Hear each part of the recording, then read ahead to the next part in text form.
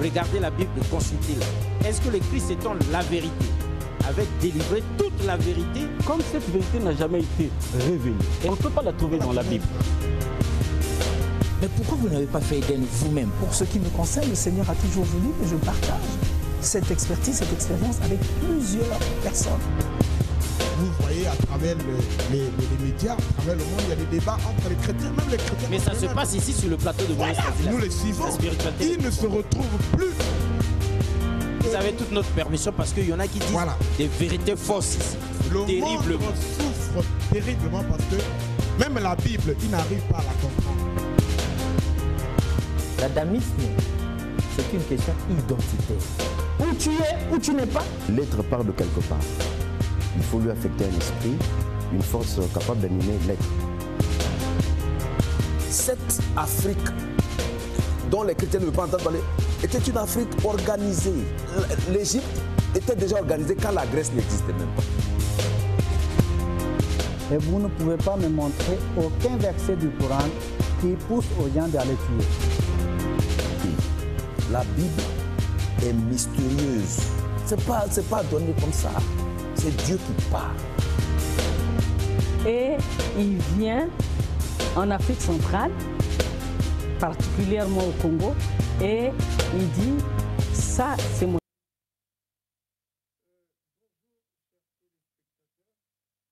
Une fois de plus, je suis heureux de vous retrouver. Je suis fort aise d'être, comme d'habitude, d'être à votre service, vous servir, être votre serviteur. S'avère ma passion depuis un moment. Je développe cette envie assez ardente de vous servir, d'être à votre service. Et aujourd'hui, pour votre bien, je suis avec Monsieur Saïd, toujours, que vous connaissez très bien. Je sais que au Congo, les Congolais s'intéressent beaucoup à l'islam et parmi eux, il y a ceux qui se posent des questions sur cette religion quand même. C'est quoi véritablement l'islam et comment faire pour devenir musulman? Et est-ce que l'islam est différent ou est-ce que cette religion est différente des autres, du christianisme par exemple? Toutes ces questions-là habitent nos esprits. Et aujourd'hui, avec M. Saïd, on va tenter, je dirais, M. Saïd va répondre à ces questions pour probablement, sinon forcément, vous permettre de comprendre en vue éventuellement d'intégrer, de faire partie de cette religion. C'est pourquoi nous commençons la série de nos émissions « Comprendre l'islam avec exactitude ». Troisième partie. Je suis toujours formé par mon chef, Alexis Bongo, le coordonnateur, producteur, coordonnateur de homéostasie. Ça fait du bien d'être avec lui. Auprès de lui, j'apprends beaucoup. Bonjour, Monsieur Saïd. Alors, moi, vous le savez bien, j'aime bien être avec vous. J'aime discuter avec vous. J'aime vous poser des questions pour comprendre davantage la religion islamique. Mais, Monsieur Saïd, quelquefois on se pose des questions si les musulmans ont des fêtes qu'ils célèbrent.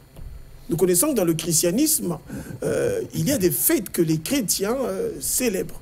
Mais est-ce que dans l'islam, il y a des fêtes que les musulmans célèbrent?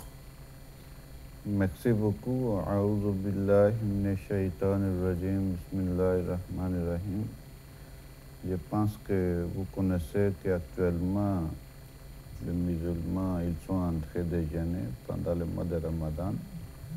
Et à la fin de Ramadan, partout dans le monde, que vous voyez, vous écoutez, même vous participez dans notre fête, c'est-à-dire après Ramadan, là, c'est dans le sunnah du prophète Muhammad sallallahu alayhi wa sallam.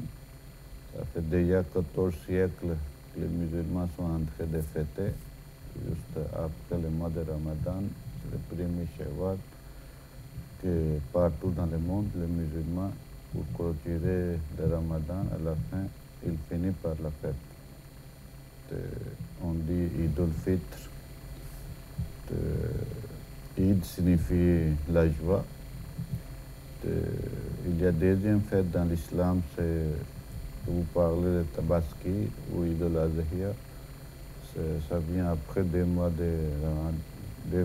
jours de Ramadan, dans lesquels que les musulmans ils partent pour faire pèlerinage à la Mecque, et les gens qui ne sont pas partis pour faire le pèlerinage à la Mecque, et ils vont fêter sur place le Tabaski, ils égorgent les bêtes pour souvenir des sacrifices d'Abraham avec son fils Ismaïl à en général, c'est ça les 2 fêtes dans l'islam authentique. Chaque année, les musulmans ils sont en train de fêter. Alors, avant que vous poursuiviez votre raisonnement, Tabaski, nous les Congolais, depuis fort longtemps, on pense que Tabaski venait de tabac. Tabac chez nous, c'est le mouton. Et puisque nous voyons généralement lors de cette fête, on voit que les moutons sont tués et on se disait, beaucoup de Congolais pensent que Tabaski est lié au mouton, lié à tabac, qui signifie mouton en lingala simplement. Est-ce que c'est vraiment lié? Est-ce que c'est intrinsèquement lié au mouton? C'est vrai que vous avez parlé d'Isaac et d'Abraham, mais expliquez-nous encore concrètement Tabaski. Non, d'abord, c'est la fête que maintenant nous sommes en train de préparer, ce n'est pas la Tabaski là. Vous avez demandé il y a combien de fêtes dans l'islam. C'est ça que j'ai expliqué, il y a 2 fêtes. La Tabaski ou Eid al-Adha que nous disons, ça viendra après au moins 2 mois, 10 jours après la fête de Ramadan. En général, dans l'islam, quand nous fêtons le Tabaski là, c'est quand vous accomplissez le pèlerinage, obligatoirement, il faut sacrifier un bête. Ça peut être un mouton, un chameau ou le bœuf. Ce sont des sacrifices qu'on peut présenter, on peut égorger. C'est-à-dire toutes sortes de chèvres, les moutons, c'est les brebis là. On peut égorger, même le bœuf ou soit le chameau. Ça, c'est lié avec la Tabaski. Maintenant, pour le mois de Ramadan, à la fin du mois de Ramadan, c'est déjà les musulmans, ils ont déjà sacrifié 1 mois en abandonnant ce que Dieu avait demandé de laisser à manger, à boire, même qui était permis. Il faut montrer votre obéissance vers Dieu. C'est ça que le sacrifice pendant 1 mois que les musulmans ils ont fait, c'est ça que Dieu a demandé maintenant. Il faut fêter à la fin. C'est-à-dire c'est permis maintenant aujourd'hui d'aller y fêter et manger, à boire et dans la famille, avec les amis. Il faut inviter les gens, il faut partager. En général, c'est ça la fête islamique. Alors, Monsieur Saïd, qui peut véritablement célébrer la fête de Ramadan? Est-ce cette personne qui a forcément respecté les conditions émises par Dieu, ou finalement, même si je n'ai pas totalement respecté, mais je peux me joindre aux autres pour célébrer cette fête de Ramadan? Vous voyez, le saint prophète sallam, par sa sunna, par sa pratique, il a tout enseigné. Le saint prophète sallam, il a dit que dans notre fête, il faut que tout le monde il participe. Il faut que les jours-là, tout le monde soit content, parce que c'est la fête musulmane. Ici, tout le monde sont concernés, même les gens qui n'ont pas pu jeûner pendant le mois de Ramadan. Certainement, ce n'est pas tout le monde qui sont concernés, parce que le Saint-Coran il a bien dit. Et celui qui est malade et celui qui est en voyage ne doit pas jeûner. Mais les jours de la fête, il doit participer dans la fête. Les enfants ne sont pas concernés, mais pendant la fête, ils doivent participer dans la fête. Les femmes qui sont enceintes ou ils sont en train d'allaiter leurs enfants ou ils sont ils avaient perdu quelques jours à cause de leur période mensuelle. Ils ne doivent pas gêner. Maintenant, les gens qui sont maladifs, certainement, obligatoirement, ils ne gênent pas, parce que c'est interdit par le Saint-Coran. Mais pendant la fête, obligatoirement, tout le monde, ils vont participer dans la fête. Et en réalité, la fête islamique, et chaque acte dans l'islam, ça nous donne une leçon. Tout ce que Dieu commande dans le Saint-Coran ou par le prophète Mohammed sallallahu alayhi wa sallam, c'est pour servir l'humanité. Notre réel joie, on dit Eid, non? Eid en arabe, qui signifie la joie, la fête. Là. Maintenant, notre réel joie, c'est pour que les gens soient contents de vous. Il faut que tout le monde soit à l'aise. Il faut que le monde soit dans la paix. Il faut que l'homme soit dans la paix. Il faut que l'homme trouve la tranquillité. Et normalement, ce que nous avons appris pendant le mois de Ramadan, c'est sacrifier pour les autres. Ce n'est pas de sacrifier les autres pour toi. Quand tu sacrifies pour les autres, à ce moment-là, vous allez trouver la joie que Dieu a réservée pour vous. Maintenant, en islam, en réalité, aujourd'hui, pendant le mois de Ramadan, là où les musulmans ils sont en train de jeûner, et chacun, par rapport à sa capacité, par rapport à sa possibilité, il est en train de dépenser pour les pauvres.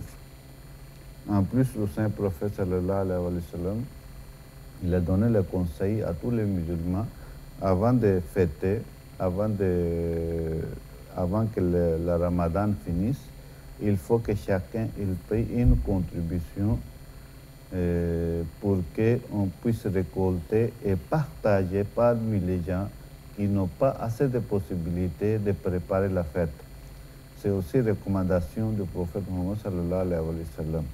C'est pour que les gens soient égaux les jours de la fête avec les riches et les pauvres. Et ils doivent tous, qu'est-ce qu'on dit, préparer avec les nouveaux habits, avec à manger, tout ça. Il faut qu'ils sentent qu'ils sont en train de fêter. C'est pour que les pauvres, nos frères pauvres musulmans, puissent participer dans la fête obligatoirement. Il faut que le saint prophète sallallahu alayhi wa sallam, il a dit qu'il faut récolter, il faut faire un petit sadqa, il faut dépenser dans la voie de Dieu pour qu'on puisse, qu'est-ce qu'on dit, servir les pauvres, pour qu'ils puissent acheter leurs habits pour les enfants aussi et la nourriture aussi. Une fois, on dit que le saint prophète sallallahu alayhi wa sallam, après la prière de la fête là, le matin, quand il a fini la prière, quand il est sorti de la maison, il y avait des enfants qui étaient en train de jouer.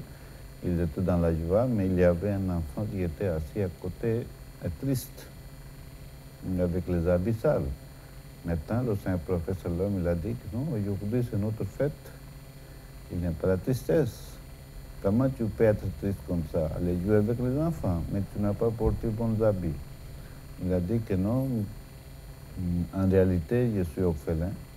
Il n'y a pas les parents qui m'ont acheté les habits, ou il n'y a pas, qu'est-ce qu'on dit, la famille qui m'a occupé. À cause de cela, je suis triste pendant que mes amis qui sont en train de participer dans la fête. Maintenant, le saint prophète lui-même, il était touché, il a amené cet enfant à la maison, il a dit à sa femme, que regarde, aujourd'hui c'est notre fête. Maintenant, aujourd'hui, cet enfant est à notre disposition. Il faut tout ce que l'enfant a besoin, il faut préparer pour lui, il faut lui donner à vêtir pour qu'il puisse participer dans la fête. Il ne fallait pas qu'il reste triste le jour de la fête parce qu'il n'a pas de parents. C'est ça que l'islam, pas seulement que pendant la fête, mais les autres jours aussi, et il ordonne de ne pas oublier les orphelins, les veuves, tout ça. Et il faut qu'on occupe de tout le monde pour que le monde soit à l'aise, le monde soit dans la paix. Il ne fallait pas que quelqu'un sente que non, il n'a pas de parents. À cause de cela, il est en train de souffrir. Il faut que l'État islamique, si ce n'est pas l'État islamique, ou soit responsable de l'islam qui sont sur place, il doit occuper de ses enfants ou des femmes veuves ou les gens qui sont pauvres. À cause de cela, il y a certaines dépenses que Dieu a demandées dans le Saint-Coran au nom de Sadaka ou Zakat ou Khairat, tout ça.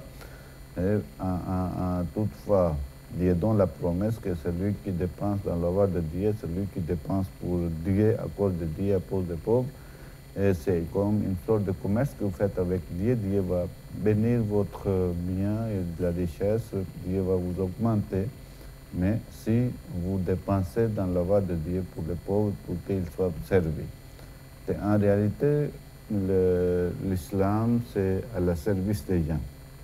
C'est ça qu'on dit que aujourd'hui, nous sommes contents. Est-ce que regardez d'abord à votre entourage, est-ce que les gens sont contents aussi?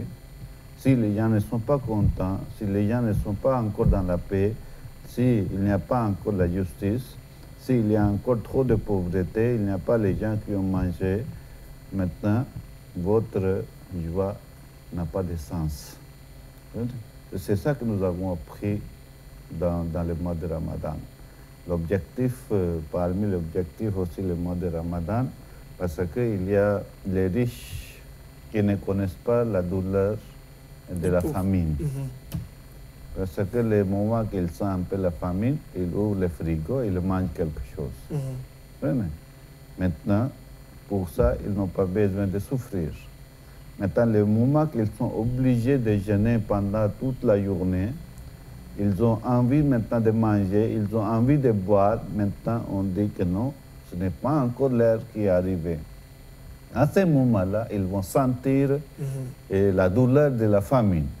À ce moment-là, ils vont sentir aussi la douleur des autres qui sont pauvres, qui ne trouvent pas à manger, à boire chaque jour.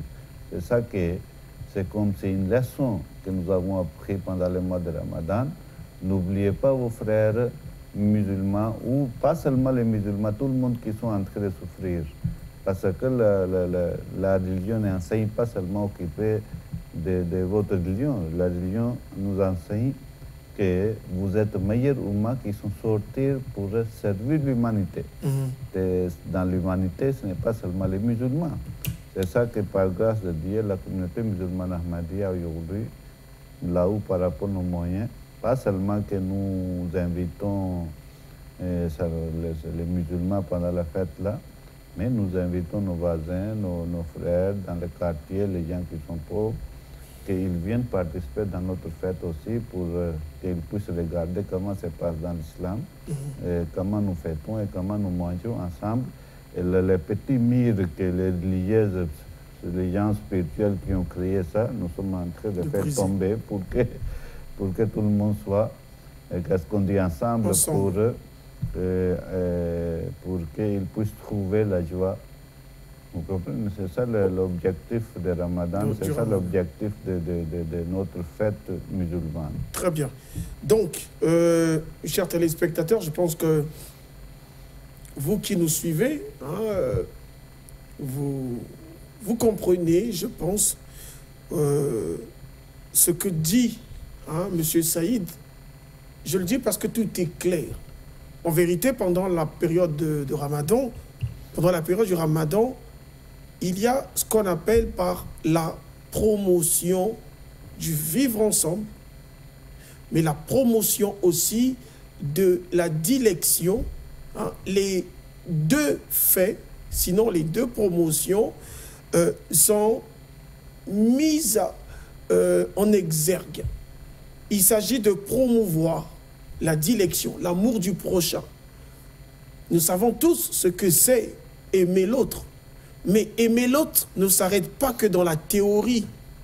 Ça doit se constater dans la pratique. Et dans la pratique, ça se constate en partageant ce qu'on a avec les autres. Vous voyez? Et le vivre ensemble, c'est parce que dans nos sociétés, il y a de ceux qui érigent des murs.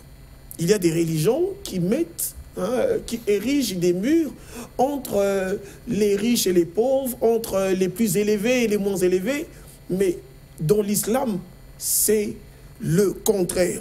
Moi, j'apprécie bien ce que M. Saïd dit. Et je pense que c'est des choses à prendre en compte. C'est des choses à imiter. Je voudrais le dire comme ça aussi simplement. L'Église aussi peut le faire. Parce que dans la Bible, on retrouve plus ou moins, je dirais, on retrouve ces recommandations. Mais nous constatons que à l'Église, les serviteurs, les soi-disant serviteurs de Dieu, ne le font pas. Les pasteurs ne le font pas. Donc, je pense que M. Saïd est en train de faire son travail et ça éveille justement les esprits. M. Saïd, vous avez dit beaucoup de choses. Vous avez dit celui qui voyage, il y a beaucoup de questions à poser, mais on va aller pas à pas. Celui qui voyage ne participe pas à cette... il ne gêne pas. Il ne gêne pas, justement. Pourquoi il ne gêne pas? Parce que le Saint Prophète, d'abord, le Saint Coran, il dit qu'il faut rendre facile pratiquer l'islam, la religion. Dieu ne rend pas difficile la vie de quelqu'un. Le Saint Prophète sallam aussi, il a dit qu'il faut rendre facile l'islam pour comprendre et pour pratiquer. Il ne faut pas lui rendre difficile. Quand tu n'es pas chez toi, tu es déplacé dans un voyage, cela signifie que tu n'es pas sur place, tu n'es pas chez toi. Maintenant, on ne sait pas d'abord au cours de route quelles sont les conditions que vous allez croiser. Ce sera pénible. Déjà, le Saint Prophète sallam, il a dit que que le voyage, c'est une partie de l'enfer. C'est-à-dire qu'il y a beaucoup de difficultés que vous trouvez, malgré qu'aujourd'hui vous avez des voitures, que ce soit, mais les difficultés ne manquent pas. Deuxièmement, quand tu vas arriver même chez dans la famille lointaine, là où tu vas visiter, mais ce n'est pas votre propre maison, ce n'est pas votre propre famille. Maintenant, tu es toujours chez quelqu'un. Mais vous ne pouvez pas trouver la facilité de gêner là-bas. Et à cause de cela, Dieu a dit, au lieu de souffrir, c'est mieux que vous restez sur place pour gêner. Mais s'il est nécessaire que vous voyagez, à ce moment-là, vous abandonnez à gêner.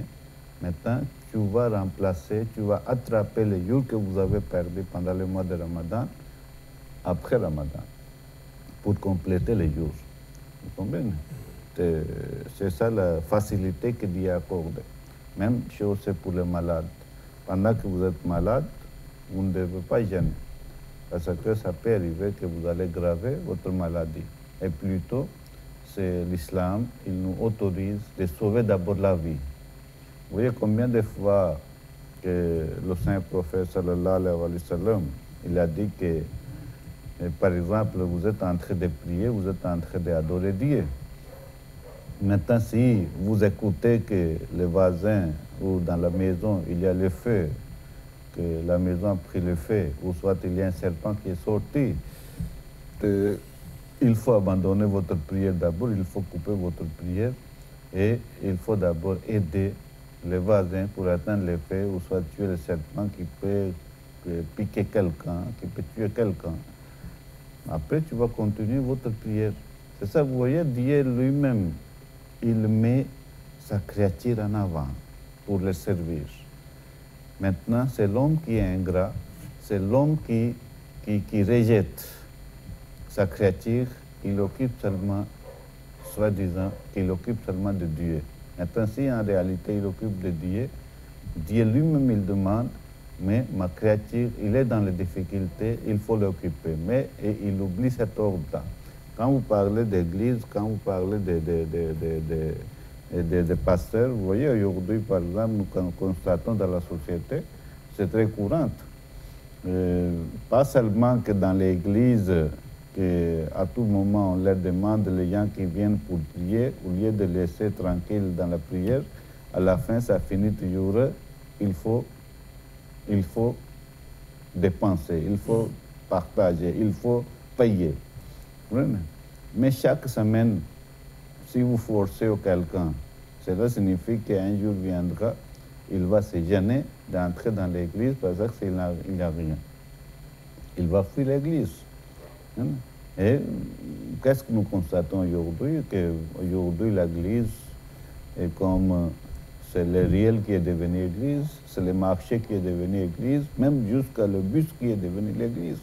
C'est-à-dire un pasteur dans le bus, il se lève, il commence à prêcher, à la fin, il dit « ça va, vous êtes en train de partir, on ne sait pas quelle sorte de difficulté que vous pouvez trouver, mais pour vous protéger, il faut prier. » Vous voyez comme ils ont pris même les gens en otage, comme ce sont eux qui ont pris la protection des gens, Dieu fait rien. Pendant que la personne qui est sortie de la maison, il se donne dans la main de Dieu et il prie avant de sortir. Et Dieu lui garde. C'est ça qu'au lieu de profiter de l'ignorance des gens, au lieu de profiter, qu'est-ce qu'on dit, des gens, il faut les servir. Maintenant, si vous prêchez la parole, maintenant, ne veut pas dire qu'à la fin, il faut qu'on te serve. C'est ça que l'islam, il demande. L'islam, il dit, votre réel service, votre réelle joie, c'est service des autres. Servir les autres. Très bien. Alors, tout est clair, hein, tout est clair. Ce qui monnaie l'évangile, Dieu vous regarde parce qu'il vous a donné, il vous a fait ce don, le don de ce que vous avez, hein, cette force d'évangéliser. Dieu vous l'a octroyé gratuitement et vous le monnayez, ce don-là. Dieu, il vous regarde.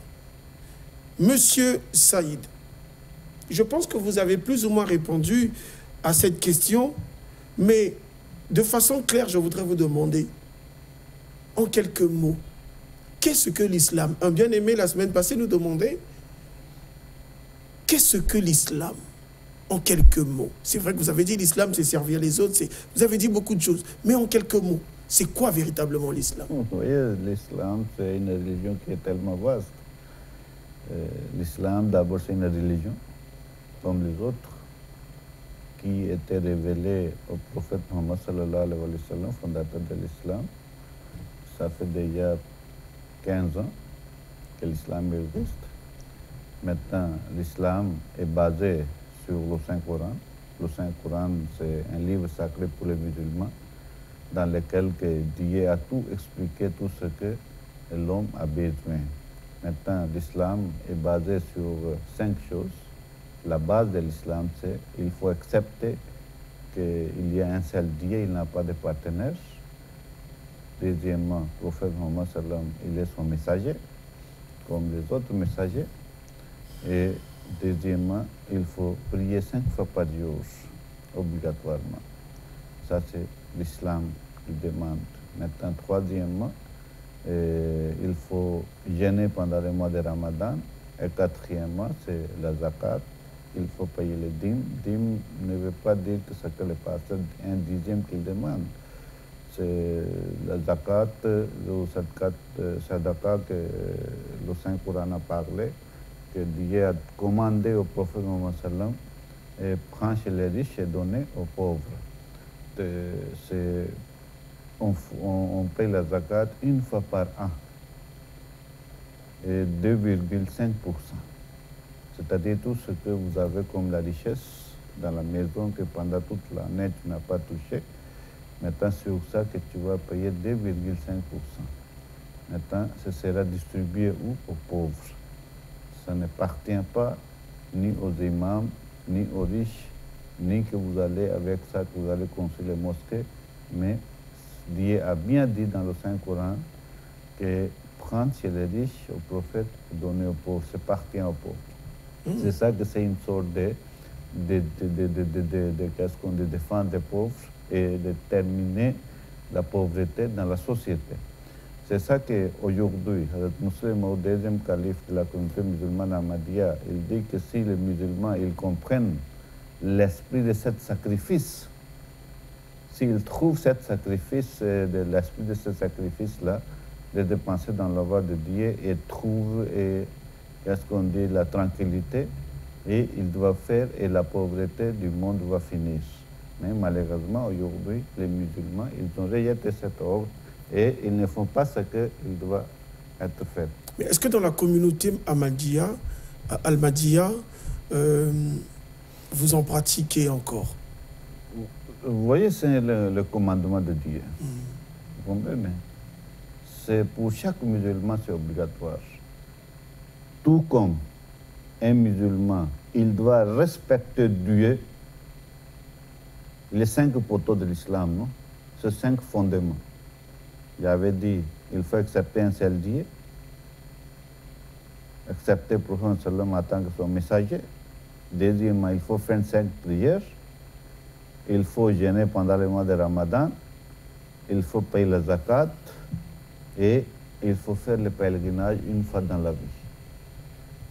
Ce sont les 5 fondements de l'islam que vous ne pouvez pas abandonner. Vous serez récompensé si tu fais. Si tu ne fais pas, Dieu va te châtier. Ce n'est pas qu'aujourd'hui la question est-ce que vous respectez ou non. Ça, c'est pour chaque musulman, c'est obligatoire. Tout comme il a l'air de prier, tous les musulmans doivent prier. C'est le Ramadan, tous les musulmans doivent jeûner. C'est payer le zakat une fois par an. Obligatoirement, c'est lui qui a des moyens par rapport aux conditions que Dieu a établies. Chaque personne, il doit payer. Voilà. Ça, c'est obligatoire, même dans la communauté, même des autres musulmans, parce que nous sommes tous des musulmans. Ce que vous avez dit sur la dîme devrait,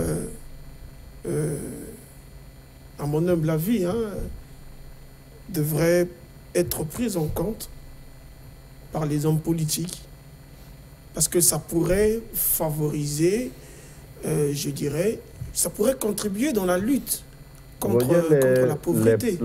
Les plans financiers que Dieu a présentés devant le monde, non? C'est tellement efficace. 2,5% chez un riche, c'est rien. Mais ça va servir les pauvres. Et comment ça va servir les pauvres? Pas seulement que la pauvreté va finir, c'est d'abord plus par les gens qui sont pauvres dans le monde. Les riches sont moins, les pauvres sont plus. À cause de leur pauvreté, notre société n'avance pas. C'est comme un poids lourd sur la société.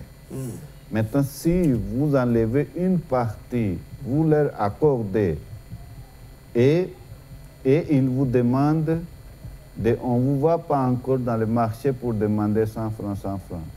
Il faut tourner cet argent, c'est-à-dire il faut investir quelque part pour que, pas seulement que toi qui peux sortir aussi, et tu vas embaucher les gens qui vont travailler avec vous. Vous ne voyez pas combien de personnes qui seront embauchées dans ce travail-là. Mais aujourd'hui, les Européens, ils ont pratiqué ça. Voyez, voilà, regardez, aujourd'hui, ils sont arrivés où? Maintenant, les musulmans qui ont abandonné cette pratique-là, chaque jour, les musulmans sont en train de se reculer. Et c'est ça qu'aujourd'hui, les plans que Dieu a présentés devant le monde, si le monde suit ça, pas seulement qu'il y aura la paix, mais la pauvreté va aussi prendre fin. Maintenant, même l'ONU doit adopter ça. Il y aura la paix. Maintenant, aujourd'hui, ce n'est pas le cas. Aujourd'hui, chaque personne, il cherche, il faut que lui-même, il soit servi par les autres.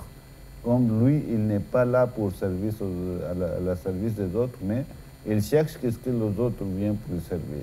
Quand vous avez cet esprit-là, vous ne pouvez jamais prospérer et vous n'allez pas pousser à votre société de prospérer aussi. Comme vous êtes en train de vous-même freiner cette société. Et c'est ça que l'islam, il dit que Sayyidul Qawmi Khademuhum, c'est lui qui est à la tête de la société, non? Normalement, il est à la service de son population. Parce que c'est la population qui t'a placé pour nous servir. Mais une fois qu'on a placé quelqu'un, il dit que non, je suis devenu chef, il faut me servir. Le moment que cet esprit va continuer, la société ne prospérera jamais et il n'y aura jamais la paix. Très bien. Je suis très édifié avec vous. Monsieur Saïd, il y a une question ici.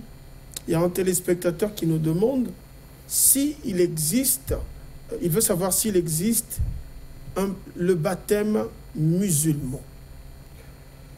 Vous voyez, le baptême, ce qu'ils ont appris ça dans le christianisme, tel qu'ils pratiquent ça, en islam, ça n'existe pas. L'objectif de baptême que je comprends, c'est pour que la personne, il lave ses péchés, ses défauts, il revient vers Dieu, vers la droiture. Si c'est ça l'objectif, quand vous acceptez déjà l'islam, maintenant, quand vous avez déjà cru, pour arroser votre foi, Dieu dit, il faut faire les bonnes œuvres. Seulement d'accepter par la bouche que j'ai cru, c'est insuffisant. Jusqu'à tel point que dans le Saint-Coran, Dieu a dit au prophète Mohammed sallallahu alayhi wa sallam qu'il y a les gens qui viennent vous dire que nous avons cru. Maintenant, Dieu a révélé au prophète sallam, dites-eux qu'ils n'ont pas encore cru. Ils ont le droit de dire que nous avons accepté encore l'islam. Parce que la foi n'est pas encore entrée dans leur cœur.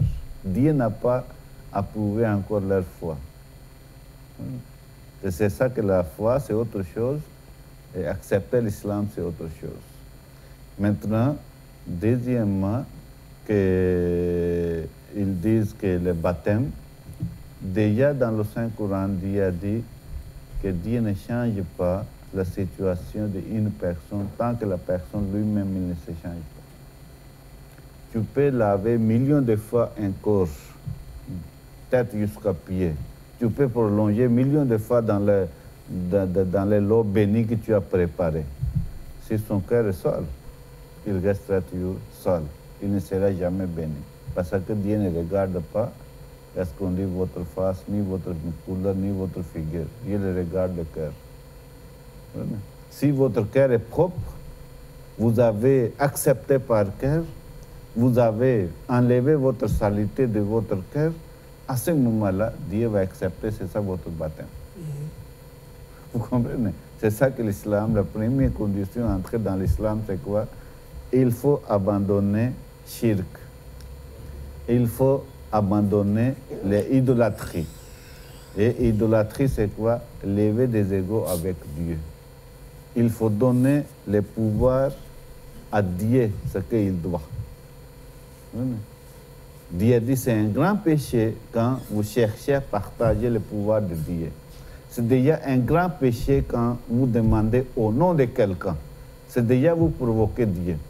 À ce moment-là, mais Dieu va vous donner les bénédictions comment? Dieu va vous bénir comment?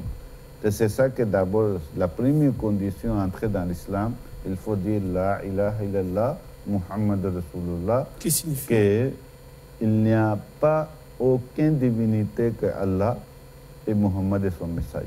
Donc concrètement, pour répondre à ce frère, le baptême, ce n'est pas comme ce que nous voyons chez les chrétiens, mais c'est plutôt...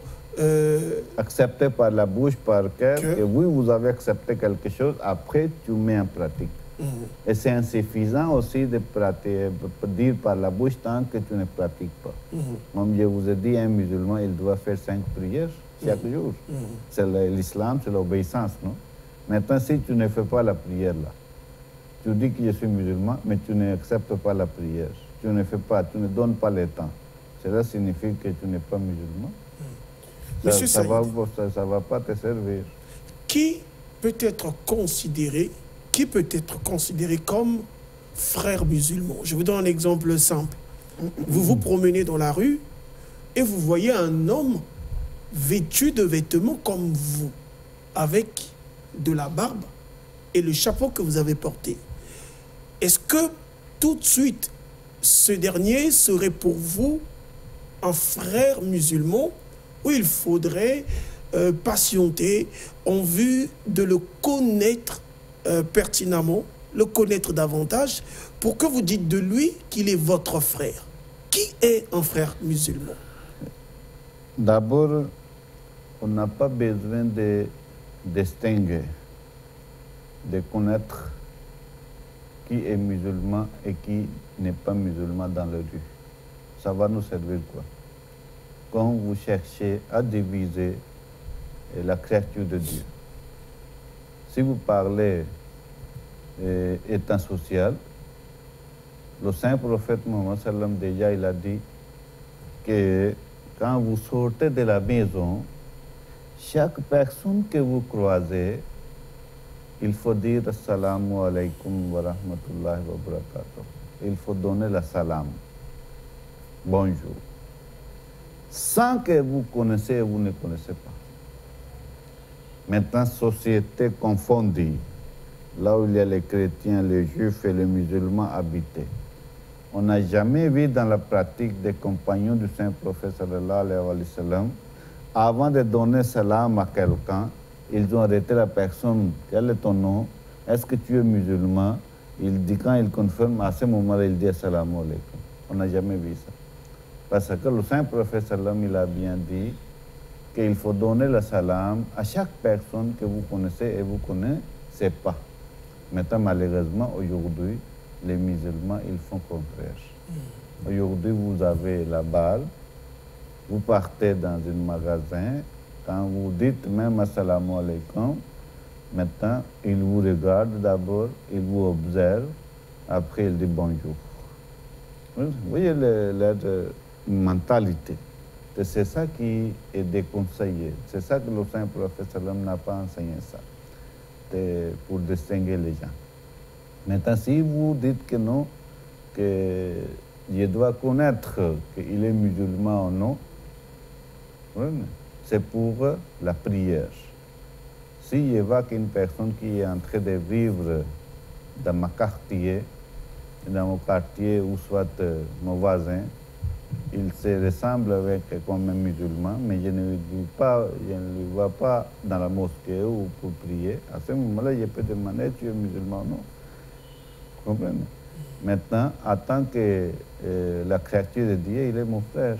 Je n'ai pas besoin de connaître l'équipe. D'accord. Une autre question ici qui peut provoquer, mais je pense qu'elle doit être posée pour justement vous emmener à répondre en vue d'éclairer la lanterne de ceux qui nous suivent. Il y a quelqu'un qui dit ici, mais qu'est-ce que vous dites? C'était une question de l'émission passée. Hein, il dit, les grands terroristes, ce sont les musulmans. Et c'est l'islam qui est à la base de la destruction de ce monde. Puisque vous avez demandé les questions liées à l'émission passée.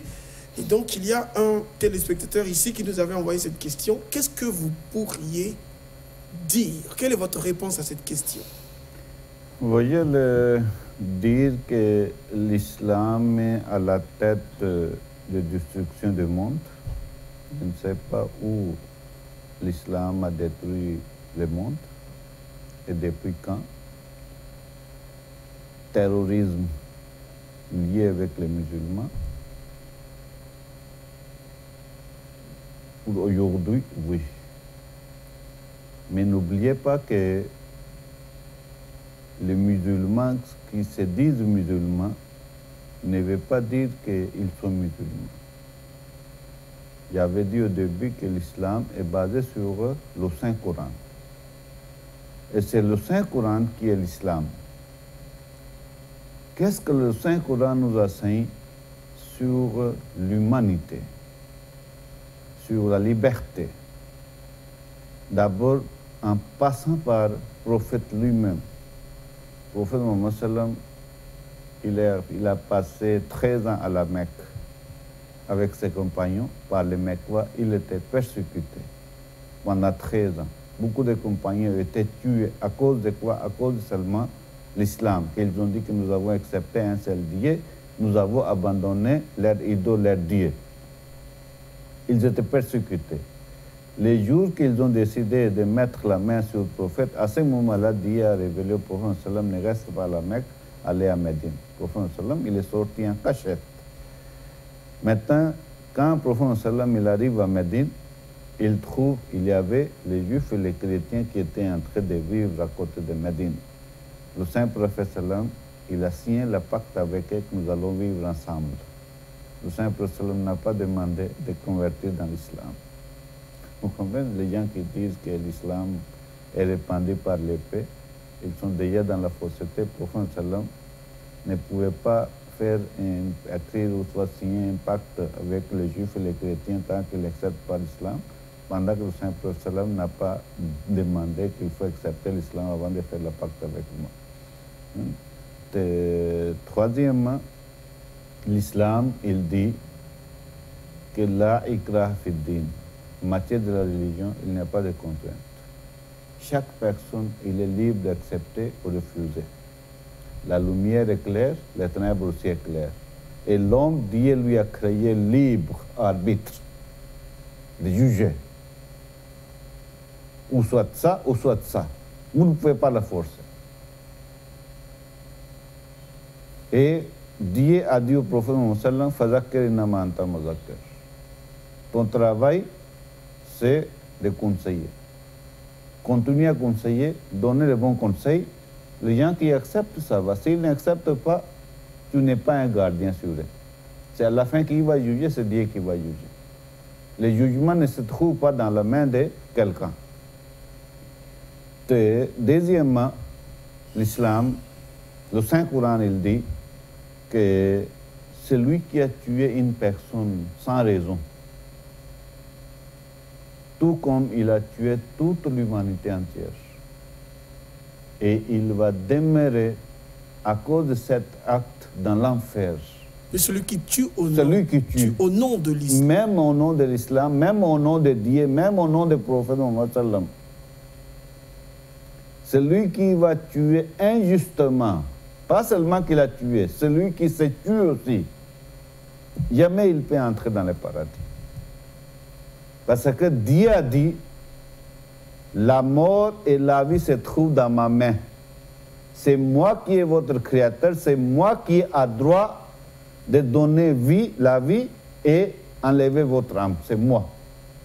En dehors de lui, c'est lui qui cherche à enlever les autres, c'est-à-dire il se place d'abord comme un Dieu. C'est un péché impardonnable. Ça, c'est l'enseignement de l'islam.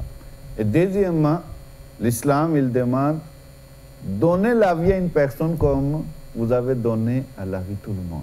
Comment on peut donner la vie à quelqu'un? Quelqu'un est en train de mourir. Il a besoin de soins. À ce moment-là, l'islam, il demande, il faut tout faire pour lui sauver d'abord. Jusqu'à tel point que l'islam, il a demandé, il y a les chrétiens qui sont stricts. Il dit que non, la personne qui est en train de mourir, laissez-le mourir à cause de ça. Parce qu'il n'est pas permis qu'on lui transmette le sang. Pendant que l'islam n'autorise pas. L'islam, il dit, pour sauver d'abord une personne, tout est autorisé. Tel point que si quelqu'un est en train de mourir à cause de famine, maintenant, il n'y a pas quelque chose à manger, sauf il y a les porcs qui sont là. Dieu a dit que pour lui, à ce moment-là, tout est permis. Il peut manger aussi les porcs. Il peut manger aussi les animaux qui sont déjà morts d'eux-mêmes. À ce moment-là, tout est permis pour lui, pour d'abord sauver la vie. Vous comprenez? C'est ça que l'importance de la vie d'abord une personne. On parle du dernier pèlerinage du prophète Mohammed sallam. Le serment du prophète Mohammed sallam qu'il avait fait, à ce moment-là, il y avait 100 000 personnes devant lui. Et c'est unique Hajj, le pèlerinage que le prophète Mohammed sallam il a fait dans sa vie. Et le saint prophète sallam il a dit, à ce moment-là, tout comme le mois de pèlerinage est sacré pour les musulmans, tout comme le lieu de la Mecque est sacré pour les musulmans, tout comme le pèlerinage est sacré pour les musulmans, tout comme le Baitul Haram, c'est-à-dire la mosquée est sacrée pour les musulmans, je vous dis que la vie d'une personne, les biens d'une personne et l'honneur d'une personne est plus sacré que toutes les trois choses-là. Maintenant, pour dire encore que c'est l'islam qui autorise de tuer les gens, pendant que l'islam est en train de protéger pas seulement la vie d'une personne, l'honneur. Vous n'avez pas le droit de toucher son honneur dans la société. Vous n'avez pas le droit de même toucher ses biens. C'est ça l'islam. Maintenant, aujourd'hui, pourquoi les musulmans ils sont devenus comme ça? Parce qu'ils ont perdu le guide. Ils ont perdu le guide. Ils ont abandonné l'islam. Ils ont abandonné le Saint-Coran. Mais le prophète avait déjà prophétisé avant 14 siècles. Le prophète Mohammed il avait dit l'islam ne restera que le nom. Le Coran ne restera que les mots. Ils vont construire grand mosquées, jolies mosquées. Ils vont beaucoup dépenser pour les mosquées. Mais ces mosquées seront sans guide. Il y aura des autres. C'est ça que nous voyons aujourd'hui. Et ce que le prophète il a prophétisé encore, c'est encore plus dur. Est-ce qu'on dit que les imams seront pires créatures sur la terre. Parce que ce sont eux qui seront à la tête de destruction du monde.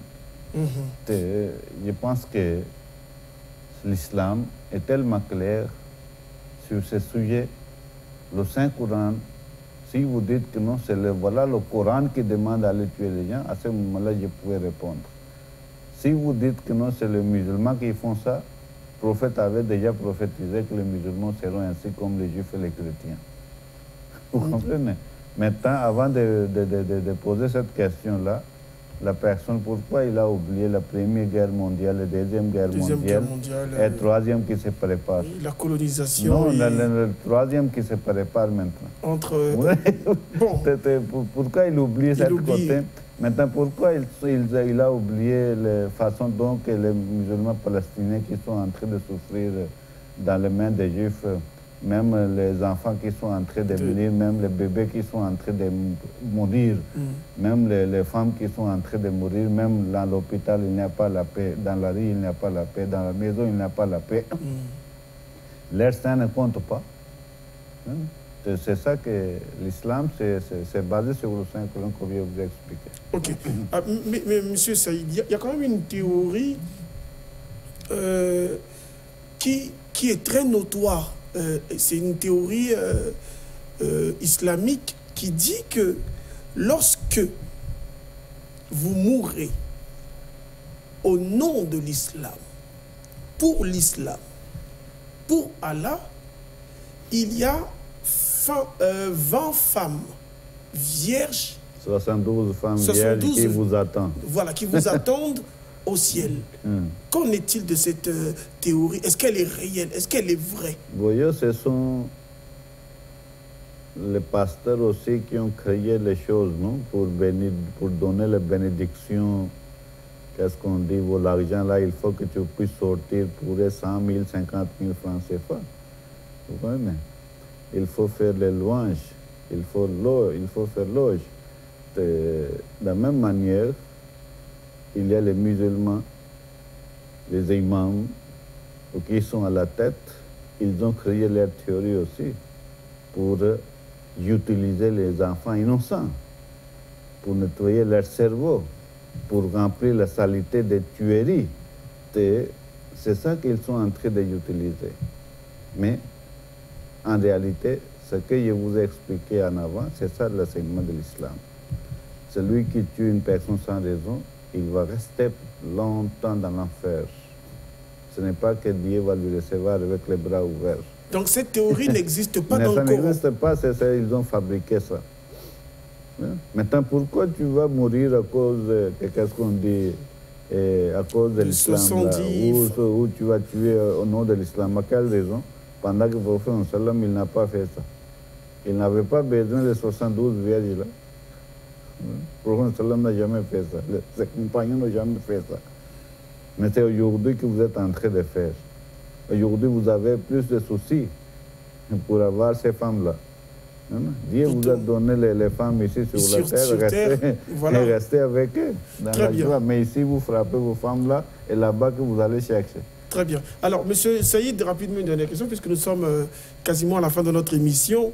Il y a des gens qui disent que le partage est promu dans l'islam parce que tout simplement, il faut gagner les gens, il faut attirer les gens à cette religion. C'est pour ça qu'on partage, on donne des choses aux pauvres, on fait des dons aux pauvres pour attirer plus de personnes à l'islam. Est-ce que c'est vrai? Est-ce que c'est une stratégie pour gagner les gens?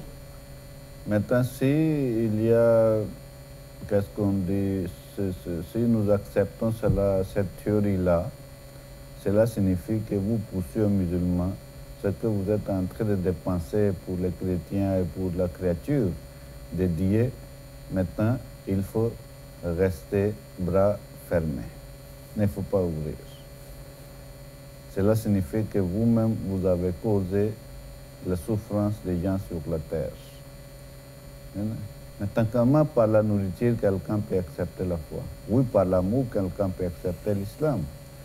Maintenant, vous avez pratiqué la paix, qu'est-ce qu'on dit, l'amour, depuis 2023 ans, ce que Jésus a enseigné. Celui qui frappe ici, donne ici. C'est ça, non? Vous avez pratiqué ça, non? Maintenant, combien de musulmans ils ont accepté le christianisme à cause de cet enseignement-là? C'est l'amour, non? Maintenant, est-ce que les chrétiens, en réalité, ils sont en train de pratiquer ça? Mais ce que l'islam, il demande, dépenser dans la voie de Dieu, ce n'est pas pour convaincre les gens comme des chrétiens et des juifs. Parce que les chrétiens et les juifs, ils sont plus puissants que les musulmans. Quand on partage d'abord, il n'y a pas les pauvres musulmans, il y a les pauvres musulmans. On partage avec les musulmans. Pas seulement pour les chrétiens aussi. Oui, il est demandé que ce n'est pas que là où vous êtes en train de vivre, il y a les pauvres chrétiens qui sont là. Ce n'est pas que vous leur sautez, vous payez seulement chez les musulmans, ce ne sera pas juste. C'est ça que dans la communauté musulmane ahmadiyya, nous invitons tout le monde. Vous comprenez? De venir manger ensemble. Maintenant, ne veut pas dire que nous sommes en train de les corrompre pour qu'ils puissent accepter l'islam. Mais on présente l'islam. Si les enseignements sont bons, ça vous convient, il faut suivre l'islam parce que c'est la religion aujourd'hui, l'islam, qui peut vous sauver. D'accord, très bien. Rapidement, votre numéro de téléphone, nous sommes à la fin de notre émission. Merci beaucoup. Vous pouvez nous appeler au numéro 05 555 42 18. 05 555 42 18. Très bien. Et Inch'Allah, nous allons fêter le mercredi, le 10. Maintenant, soyez les bienvenus chez nous, partout dans la communauté musulmane ahmadiyya au Congo. Les portes sont ouvertes. Voilà, évidemment. Monsieur Alexis Bongo et moi, nous vous invitons aussi à... Je pense que nous serons avec Monsieur Saïd le mercredi. Donc voilà, chers téléspectateurs, au revoir et bon après-midi.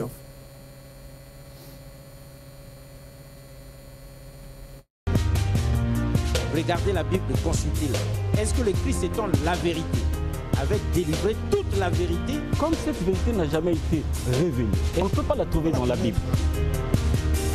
Mais pourquoi vous n'avez pas fait Eden vous-même? Pour ce qui me concerne, le Seigneur a toujours voulu que je partage cette expertise, cette expérience avec plusieurs personnes. Vous voyez à travers les médias, à travers le monde, il y a des débats entre les chrétiens, même les chrétiens. Mais ça se passe ici sur le plateau de Moïse. Nous les suivons. Ils ne se retrouvent plus. Vous avez toute notre permission parce qu'il y en a qui disent des vérités fausses ici. Le monde souffre terriblement parce que même la Bible, ils n'arrivent pas à la comprendre. L'adamisme, c'est une question identitaire. Où tu es, où tu n'es pas. L'être part de quelque part. Il faut lui affecter un esprit, une force capable d'animer l'être.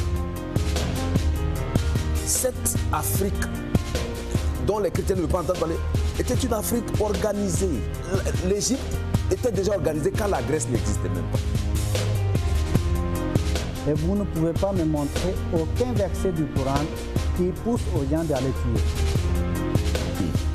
La Bible est mystérieuse. C'est pas donné comme ça. C'est Dieu qui parle. Et il vient en Afrique centrale, particulièrement au Congo, et il dit ça, c'est mon